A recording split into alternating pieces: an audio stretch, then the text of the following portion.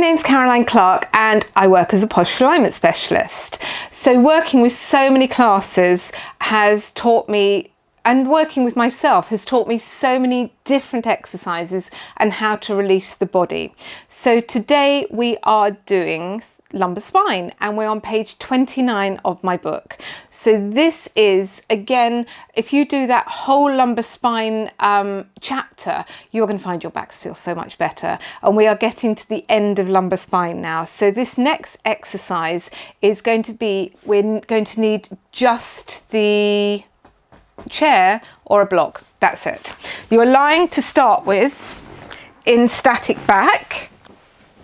So static back is just allowing the whole body to release, and static back or neutral back. Sorry, I call it two different things.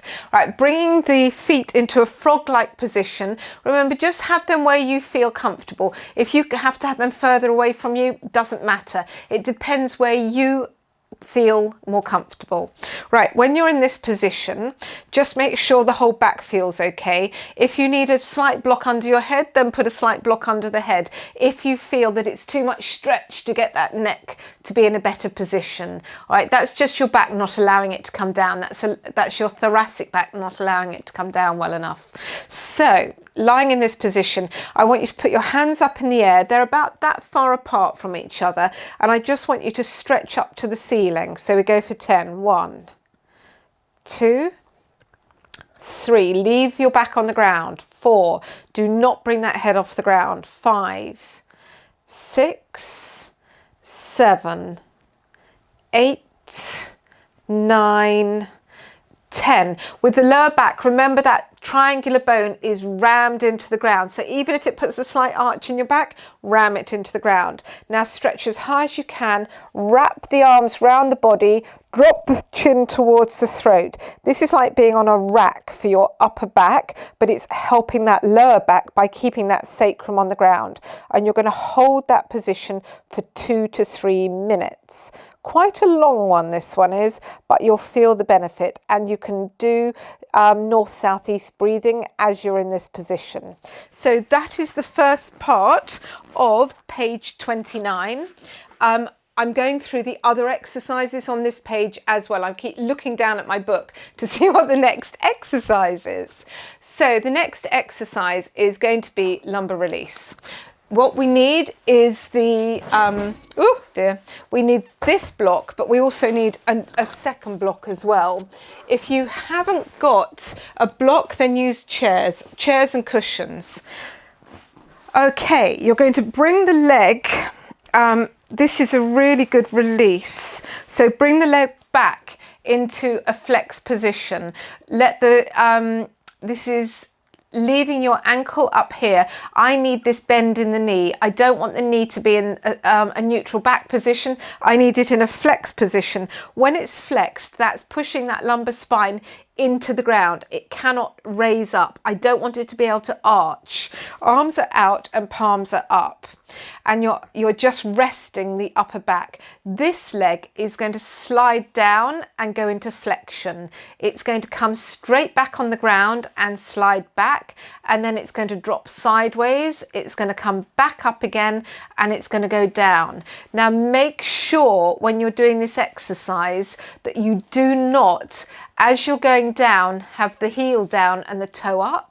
And as you come back up, make sure the toe's not up or the heel not up, and then out to the side. All right, so this is the lumbar release. Now I would start 2 minutes each side with this, and then you go on to 5 minutes each side, 3, 4, and then 5. This will really start releasing that lumbar spine. So what it's doing is this side of the lumbar spine is being stretched. So if it is in any sort of contraction on that lower back, if it's spasmed, anything, this is such a good exercise to do. If you can get into this position, it's not allowing that back to arch as we do it, which is the most important thing. So it's basically a psoas release. It's releasing that big muscle, that huge muscle that joins our top half and our bottom half of the body together, but it's working a lot as well as that. So you're going to do however many minutes on this side, and you're going to do exactly the same for the other.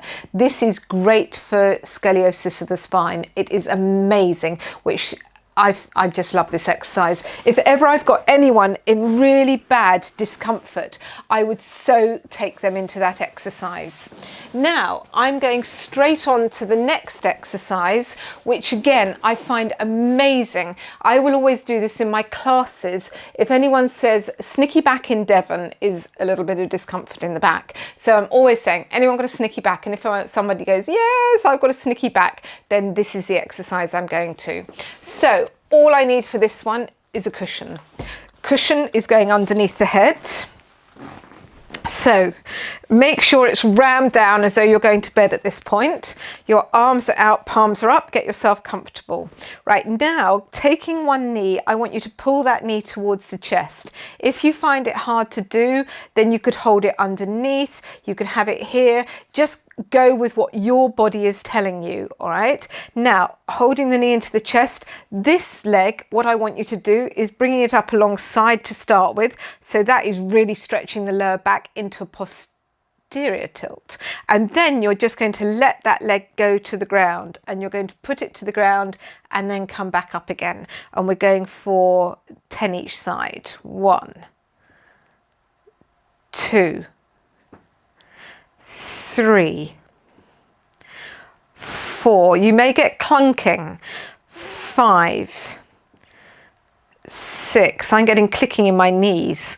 7, 8, 9,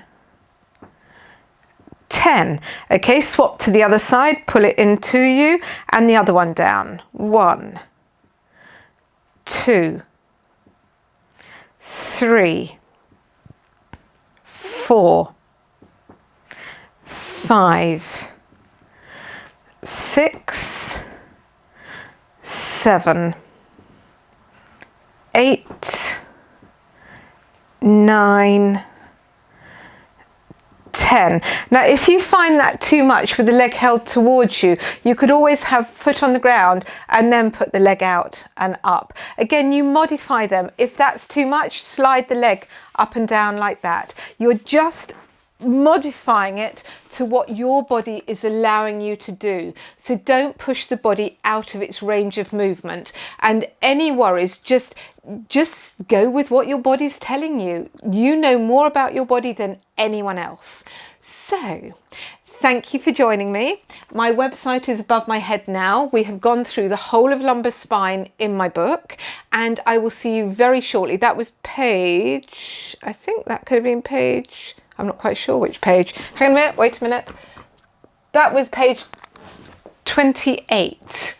So we're going into SI joints after this in the next part of the book, next video. Don't forget to subscribe to me, and you can buy the book on my website. Take care and speak to you soon. Bye.